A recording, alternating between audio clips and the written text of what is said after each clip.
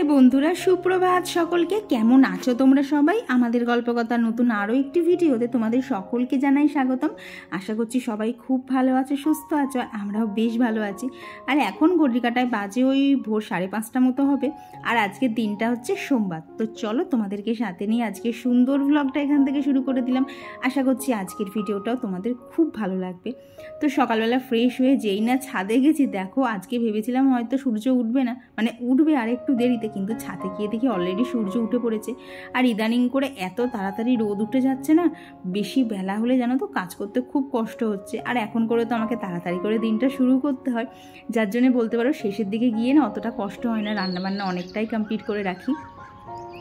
আর এইদিকে আজকে এসে দেখি, দেখো আজকে এখানে 3খানা পায়রা অপেক্ষা করছে। কিসের অপেক্ষা করছে বলো তো? বাপি ওদেরকে কখন মুড়ি আর বিস্কুট দেবে আর কি, প্রত্যেক দিন দেয়, তো ওরাও এসে বসে আছে। তো এই করতে করতে ঘড়িতে এখন বাজে হচ্ছে 5:35। চলে এলাম হচ্ছে সোজা নিচে, কারণ নিচে এখন বাসি কাজটা কমপ্লিট না করে তো রান্নাঘরে ঢুকতে পারবো না। আর রান্নাঘরে না ঢোকা অবধি তো বুঝতেই পারছো এক পাহাড় সমান কাজ পড়ে আছে, সমস্ত কিছু টাইমের মধ্যে কমপ্লিট করতে হবে। আর দেখবে যখন না একটা ট্রেন ধরার তাড়া থাকে, তখন কিন্তু কাজের চাপ মনে হয় মাথার উপর একটা বেশি রয়েছে। দেখবি যদি নর্মাল আর কি লোকালে যাওয়া হয় না, তাহলে 5-10 মিনিট এদিক ওদিক হলেও সমস্যা হয় না। আর কৌশিক এখন যে ট্রেনটা ধরে না, ওই ট্রেনটা যদি মিস করে যায় না, আবার জানো তো রানাঘাট থেকে 8 ঘন্টা পর ট্রেন, তো এই ট্রেনটা ওকে ধরতেই হবে। তাই মাথার মধ্যে না একটা সকালবেলা ওটা প্রেশারও কাজ করে যে কতক্ষণে বাসি কাজটা সেরে রান্নাঘরে ঢুকবো, কারণ রান্নাঘরে না ঢুকলে তো আর পরপর জিনিসগুলোকে রান্না করা হবে না। আর এখন করে তো জানো তো এইগুলো মানে এই যে তাড়াতাড়ি উঠছি রান্না করছি, এগুলোতে করতে একটুখানি কষ্ট হচ্ছে, কারণ আমার তো অভ্যেসই নেই, কিন্তু জিনিসগুলোকে বেশ ভালো এনজয় করছি। আর এতে করে কি হচ্ছে বলো তো, আমার না তাড়াতাড়ি অনেক কাজও হয়ে যাচ্ছে। তো এইদিকে দেখো এখন আর কি রাস্তাটা ঝাঁট দেওয়া হয়ে গেছে, ঘরটাও ঝাঁট দিয়ে নিয়েছি এর মাঝখানে দিয়ে, ওদিকে রাস্তায় জল দিয়ে সোজা চলে এলাম উপরে। আর কৌশিক আজকে একটু তাড়াতাড়ি উঠবে, কারণ ওকে যেতে হবে একটু স্টেশনে, কারণ হচ্ছে মান্থলি বানাবে।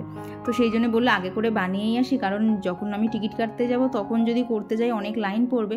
তো ও বললো সকাল সকাল বেরিয়ে যাবে। তো দেখলাম জানলা কটা খুলে আমি রান্নাঘরে ঢুকি আগে, কারণ ইদানিং করে আমাদের এখানে যা কারেন্টের সমস্যা হচ্ছে, কিছু হোক বা না হোক টুক করে আগে কারেন্টটা চলে যাচ্ছে, স্পেশালি যেন যাচ্ছে এই সকালবেলা।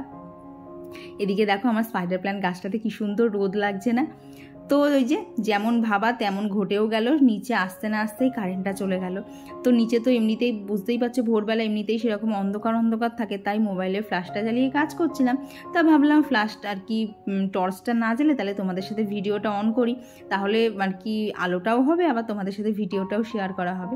তো ওইদিকে ভাত বসিয়ে দিয়েছি, আর এদিকে বানাবো হচ্ছে কুমড়োর তরকারি। আর যেহেতু সকালবেলা করে টিফিন বানানোর একটা তাড়া থাকছে না, তাই রাত্রেবেলা করে সবজিটা কেটেই রাখছি, তাহলে সকাল সকাল রান্নাঘরে এসেই না আগে রান্নাটা চাপিয়ে দেওয়া যাচ্ছে। আর এই যে কুমড়ো, এগুলো তো সিদ্ধ হতেও সময় লাগবে, তো গতকাল রাতে সবটাই কেটে রেখেছিলাম। এখন তো দেখতেই পেলে 5 ফোড়ন, তেজপাতা, শুকনো লঙ্কা ফোড়ন দিয়ে কুমড়োটাকে একটু লাল লাল করে ভেজে নিয়েছি। আর এর মধ্যে না একটু ছোলাও দিয়েছিলাম, তো খেতে বেশ ভালোই হয়েছিল। তো ওখানে ছোলাটা দিয়ে কুমড়োটা দিয়ে ভাজতে বসিয়ে সেই ফাঁকে এখানে আলুগুলো কেটে নিচ্ছি। আলুটা না আর কেটে রাখিনি, ওই অনেক সময় দেখবে আলু না কেটে রাখলে কেমন যেন একটা শুকনো শুকনো উপরে লালচে লালচে কালার হয়ে যায়। তো ভাবলাম এই ছোটো ছোটো তো 2টো আলু কাটা টুক করে হয়েও যাবে। আর এদিকে তো কুমড়োটা কড়াতে বসানোই ছিল। তো এদিকে দেখো কুমড়ো আলু ছোলা দিয়ে একটা তরকারি করছে, আর তাড়াহুড়োর মধ্যে না হিংটা ফোড়নে দিতে ভুলে গেছিলাম, তো এখানে তরকারির মধ্যেই দিয়ে দিয়েছি, বেশ একটা সুন্দর গন্ধ আসে বলো। আর এখানে এখন দিয়ে দিলাম ওপর থেকে একটু টমেটো কুচি, ব্যাস কুমড়োর তরকারি এবার ওর মতো ওখানে হোক। আর এখন ওদিকে তো ভাত হচ্ছে, এদিকে কুমড়োর তরকারি। আর এখন আমি করছি আমার যেটা মানে যে কাজটা করতে আমার একদমই ভালো লাগে না, সেটা হচ্ছে এই আটা মাখা। তবুও দেখো সকালবেলা উঠে এই কাজটাই এখন কপালে এসে জুটেছে। তো এখানে আটাটা মাখা হয়ে গেছে, দিয়ে ওখানে একটু ঢাকা দিয়ে রাখলাম, তাহলে দেখবে আর কি আটা মাখার পর যদি ঢাকা দিয়ে রাখা যায় না, অনেকক্ষণ আর কি নরম নরম থাকে, আর রুটিগুলো বেলতেও সুবিধা হয়। আর এরই মধ্যে সকাল সকাল এই যে 2 ভাই চলে এসেছে, একজন তো আমাদের বাড়ি এসে ঘুমোবে বলে ঠিক করেছে, আর একজন সকাল সকাল কাজ করতে শুরু করে দিয়েছে। তো খানিকক্ষণও মপ নিয়ে নাড়ানাড়ি করলো। তারপর এদিকে এই যে শোকেসটাকে সাজিয়েছি, তো ওদের চোখে তো এটা প্রথম আজকে পড়লো, তো ওরাও দেখে খুব আনন্দ পাচ্ছিল। আর দেখো এই গিয়ে চেষ্টা করছে কতক্ষণে ঠাকুরকে ওই তুলবে। তো আর ঘড়িতে এখন বাজে হচ্ছে 6:40। আর কি হয়েছে বলো তো, ওর মা না বাসি কাজ করার জন্য যেই গেটটা খুলেছে, দুজনে তো উঠেই পড়েছিল, ওই কখন এক ফাঁকে বেরিয়ে চলে এসছে। তো তারপর খানিক বাদে চলেও গেছিলো, কারণ ওদেরকে ব্রাশ করানো খাওয়ানো সমস্ত কিছুই ওর মার বাকি ছিল। আর এদিকে দেখো অভি সব ছেড়ে চলে এসছে এখন আমার সাথে খুন্তি নাড়বে। তো যাই হোক, আমার রান্নার কাজে তো অনেকটা হেল্প করে দিল, তাই ওর পুরস্কার স্বরূপ একটা গুজিয়া পেয়েছে। আর গুজিয়াটা সকালবেলা খেতে এত আনন্দ পাচ্ছিল, ওকে বললাম দাঁড়া ব্রাশ কর তারপর দেবো। ওই যে ফ্রিজ খুলেছিলাম মাঝখানে, সেইটা দেখেছে গুজিয়া, ওকে এক্ষুনি দিতে হবে, না হলে রীতিমতো মেঝেই পড়ে লুটোপুটি খাচ্ছে।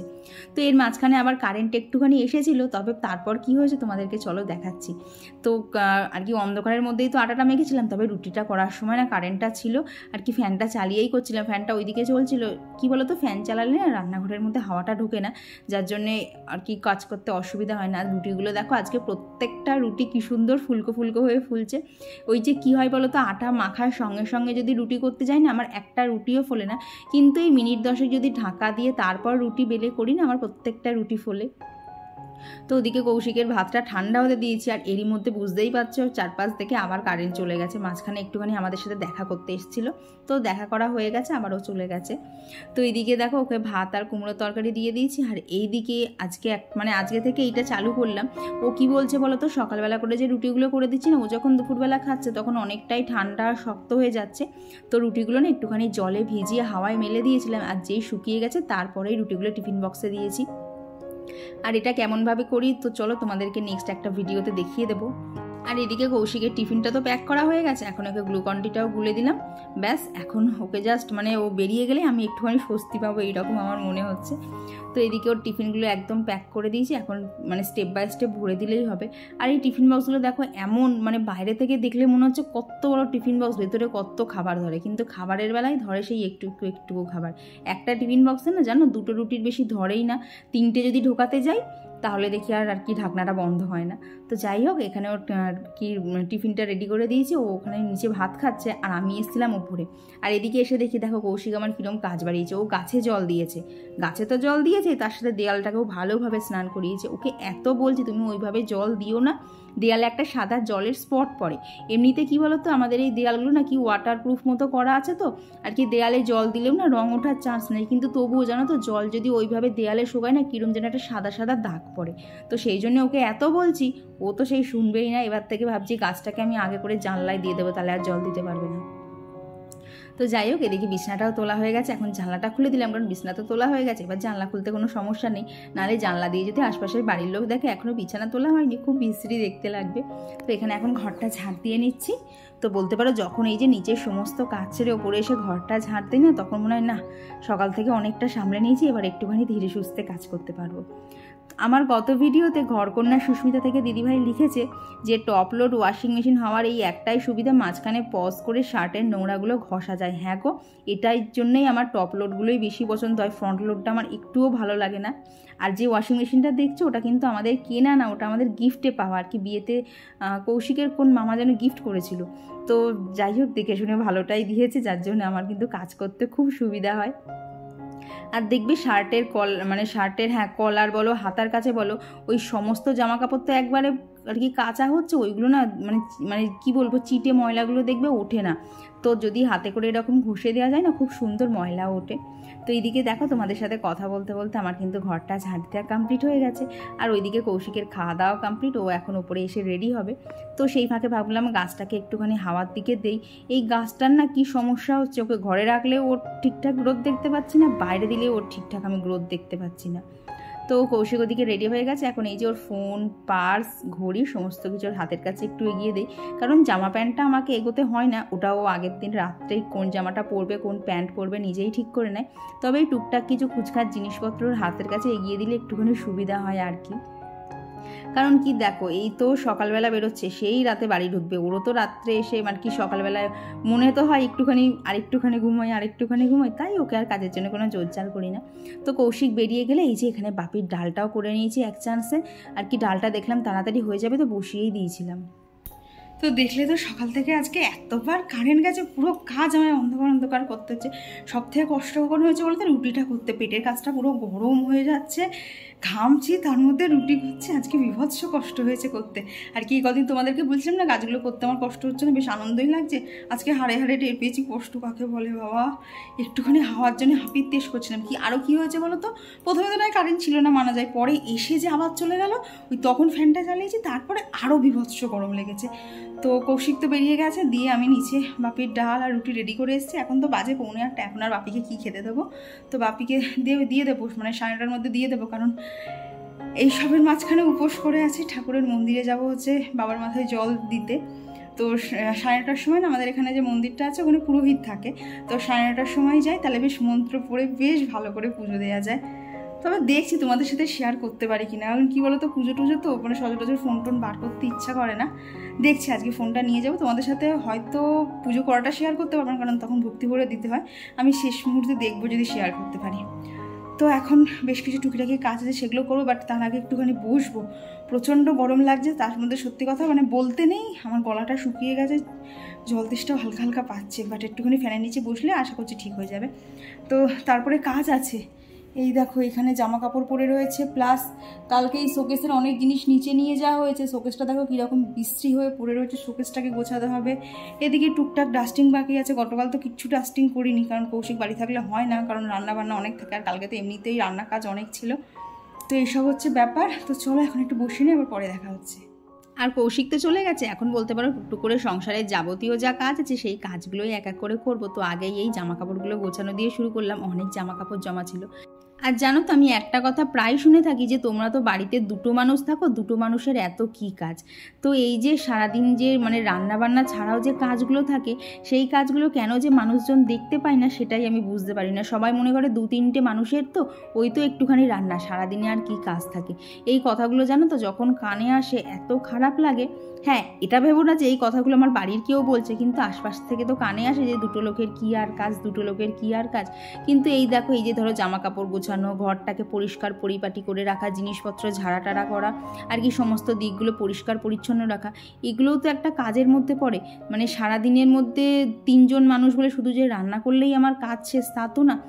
তো এই কথাগুলো জানো তো যখন কানে আসে একটু বেশি খারাপ লাগে, যে সারাদিনটা তো আমার কাজ করতে করতেই চলে যায়।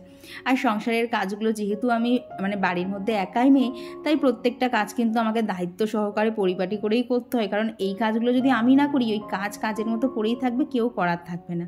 কৌশিক যদিও বা আর একটুখানি আগে করে আসতে পারতো, তাও টুকটাক হেল্প করতে পারতো, কিন্তু ওর তো বাড়ি ঢুকতেই প্রায় 9:45-10টা হয়ে যায়, তখন ওকে আর এসে আমি কি কাজ করতে বলবো। তো যার জন্য বলতে পারো সারাদিন সমস্ত কাজ আমি কমপ্লিট করে রাখি। তো ওকে বাড়ি আসলে আমি কোনো কাজই দেই না, ওকে আমি বলি তুমি একটু চুপচাপ বসো, নাহলে খাটে গিয়ে শো, সারাদিন প্রচুর খাটাখাটনি করেছো। আর এখন আমার ডেলি যে ডাস্টিংয়ের কাজগুলো থাকে সেইগুলোকেই এক এক করে নিচ্ছি। আজকে তো সোমবার, আজকে ওপরটা করছি, তো কালকে করব হচ্ছে নিচটা, আবার বুধবারে করব হচ্ছে ওপরটা। এইভাবেই জানো তো ডাস্টিংটা ভাগ করে নিয়েছি। ইদানিং করে যা গরম পড়ছে না, আর যেহেতু অনেক সকালে উঠে রান্নাঘরে ঢুকতে হয় না, তো সেই দিনের শেষে জানো তো এই কাজগুলো করতে একদম ভালো লাগে না, বড্ড আলস্যি লাগে, তাই সকালবেলা করে এই কাজগুলো করে নিচ্ছি। আর তার মধ্যে জানো তো একটাই কষ্ট হচ্ছিলো, উপোস করেছিলাম, মানে এক টাইম না এত গলাটা শুকিয়ে আসছিলো, গলায় টান ধরছিল।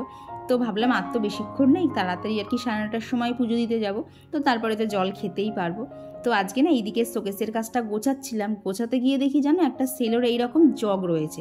তো প্রথমে তো এটাকে আমি ভেবেছিলাম হয়তো ওই মানে কি বলে ফ্লাক্স ভেবেছিলাম, তো দেখলাম ওটা ফ্লাক্স না, ওটা একটা নর্মাল জগ। তাও আবার কি জানো, জল খেতে গেলে প্যাঁচ দিয়ে মানে কি জগটা খুলতে হবে, তারপর জল খেতে হবে। তো দেখলাম বাবা ওরম করে জল খাওয়া প্রচুর ঝামেলাজনক, বোতলে করে জল খাওয়া অনেক সুবিধা। তো ওটাকে আবার জিনিস জায়গায় ঢুকিয়ে দিলাম। আর এখানে আর যা যা টুকিটাকি আমার জিনিসপত্র থাকে সেগুলোকেই এখানে গুছিয়ে নিচ্ছি। আর কি এখানে আমার যে রান্নার জিনিসগুলো থাকতো না সেগুলোকে তো সব নিচের শোকেসে দিয়েছি। তো এইদিকে শোকেসটা দেখছি অনেকটাই ফাঁকা হয়ে গেছে, দেখছি ওখানে অন্য কিছু দিয়ে ভরাট করে দেবো। দেখবে যত দিন যায় না জিনিসপত্র মানে কমবে কি আরও বাড়তেই থাকে, আর সেই দিক থেকে দেখতে গেলে দেখবে জায়গারও কিন্তু অনেকটা কমতি পড়ে যায়। তো চলো এদিকে বাকি কাজগুলো করতে করতে তোমাদের সাথে আরও কিছু কমেন্ট শেয়ার করে নিই। তো আমার গত ভিডিওতে কুহু সানশাইন থেকে দিদিভাই কমেন্ট করেছে, তুমি এত এনার্জি কোথা থেকে পাও গো, তুমি খুব সুন্দর গুছিয়ে কাজ করো। যাই হোক পুরো ভ্লগটা ভালো লাগলো, থ্যাংক ইউ গো। কী বলো তো, ওই তোমাকে বললাম না দায়িত্ব যখন কাঁধে এসে পড়বে না, যখন তুমি দেখবে যে তুমি ছাড়া সেই কাজটা করার কেউ নেই, কাজটা উল্টে পড়ে থাকবে, তখন বলতে পারো ওই দায়িত্বই বলো আর এনার্জিই বলো, সমস্ত কিছু আপনা আপনিই ভগবান শরীরের মধ্যে দিয়ে দেয়, তখন আর কাজ করতে কষ্ট হয় না। তখন একটা কথাই মনে হয় কতক্ষণে সব শেষ করব, তাহলে একটুখানি বসতে পারবো। তো এই জিনিসটাই সারাদিন আমার মাথায় ঘোরে। তো এরই মধ্যে ঘর মুছতে মুছতে আবার কারেন্ট চলে গেছিলো। আর এই যে স্নান করে এসেছিলাম জানো তো, এই যে এখন তো আর নাইটি পরিনি, এরকম একটা জামা পরেছি, এত গরম লাগছিল না, জামাটা মনে হচ্ছে আমাকে যেন চেপে ধরে রেখেছে, আমার এক্ষুনি দম বন্ধ হয়ে যাবে। তো যাই হোক, এখন তো আর মানে দেরি করার তো সময় নেই, কারণ পুরোহিত মশাই মন্দিরে না 9:30 থেকে 10টা অবধিই থাকেন। তো তার মধ্যে যদি আর কি পুজো না দিতে যাই, তখন আমাকে এমনিই জল ঢালতে হবে, মন্ত্র পড়ে আর পুজো করা যাবে না। তো তোমরা অনেকেই বলো যে পুজোর সময় মাথায় একটা ওড়না দিতে, তো দেখো যে ওড়নাটা এক্ষুনি দেখলে না গয়ে দিলাম, ওটা হচ্ছে মার কাছ থেকে নিয়ে এসেছি, সুতির ওড়না আর কি, খুলে যাওয়ার ভয় নেই। আমার কাছে যা ওড়না আছে সবই তো সিনথেটিক, আর না খুব খুলে যায়, তো সেই জন্যই মার কাছ থেকে সুতির ওড়নাটা নিয়ে এসেছি। আর এখন এই যে পুজো দিতে যাবো বলে যা যা দরকার সমস্ত কিছুই গতকাল কৌশিক এনে দিয়েছিল, তো সেগুলোকে এখন ধুয়ে টুয়ে সব রেডি করে নিচ্ছি। তো এখানে 3 রকমের ফল, সন্দেশ, তারপরে ধূপকাঠি, মোমবাতি, আকন্দ ফুলের মালা, তারপরে ঘি, মধু, আর এখানে ঠাকুরের জন্য দুধ, গঙ্গা জল আর ঘি, মধু আর চন্দন দিয়ে একটা আর কি যেটা পঞ্চামৃত বলে সেটা বানিয়ে নিয়েছি। তো চলো, এখানে পুজোর যোগাযন্ত্র একদম রেডি। আর সোজা তারপরে চলে এসেছি মন্দিরে। তো এসে দেখি পুরোহিত মশাই এখানে ছিল না, তারপরে একটুখানি ডাকাডাকিতেই উনি চলে এসেছে আর কি, খুঁজে পাচ্ছিলাম না ওনাকে। আর মন্দিরের গেটটা তো ওখানে বন্ধই ছিল। তারপর এই যে একদম মন্ত্র পড়ে তারপরেই পুজো হয়েছে। তো সবটা তোমাদের সাথে শেয়ার করতে পারলাম না, কারণ তাহলে ভিডিওটা আরও অনেক বড় হয়ে যেত। এখানে পুজো দিতে প্রায় 10 মিনিট মতো লেগেছে।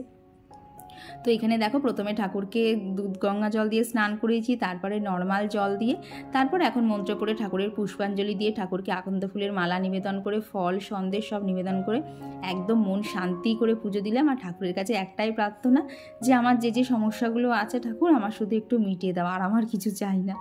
তো তারপর এই যে বাড়ি চলে এসেছি, এসে ছাদ থেকে আবার মানে গেছিলাম ছাদে, ছাদ থেকে যা যা ফুল আজকে গাছে ফুটেছে আর কি ঠাকুরকে পুজো দেবো সমস্ত কিছু তুলে নিয়ে এসে এখন এই যে ঘরের পুজোটাও দিয়ে নিলাম।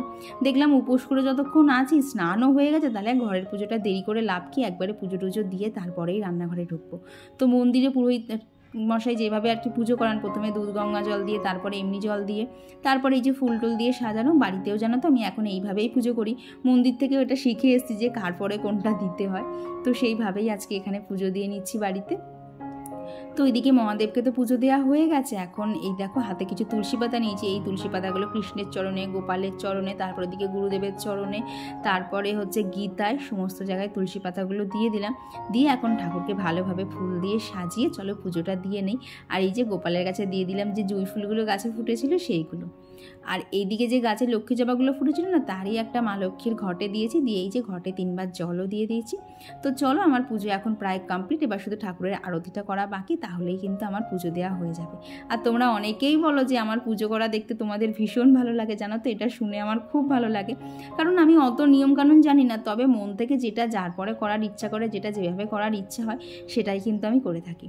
তো এই দেখো আজকে যে আকন্দ ফুলগুলো দেখছিল না, এগুলো হচ্ছে বাড়িতে ফোটেনি, এগুলো হচ্ছে মন্দিরের ঠাকুরমশাইয়ের কাছ থেকে না চেয়ে নিয়ে এসেছি বাড়িতে পুজো দেবো বলে।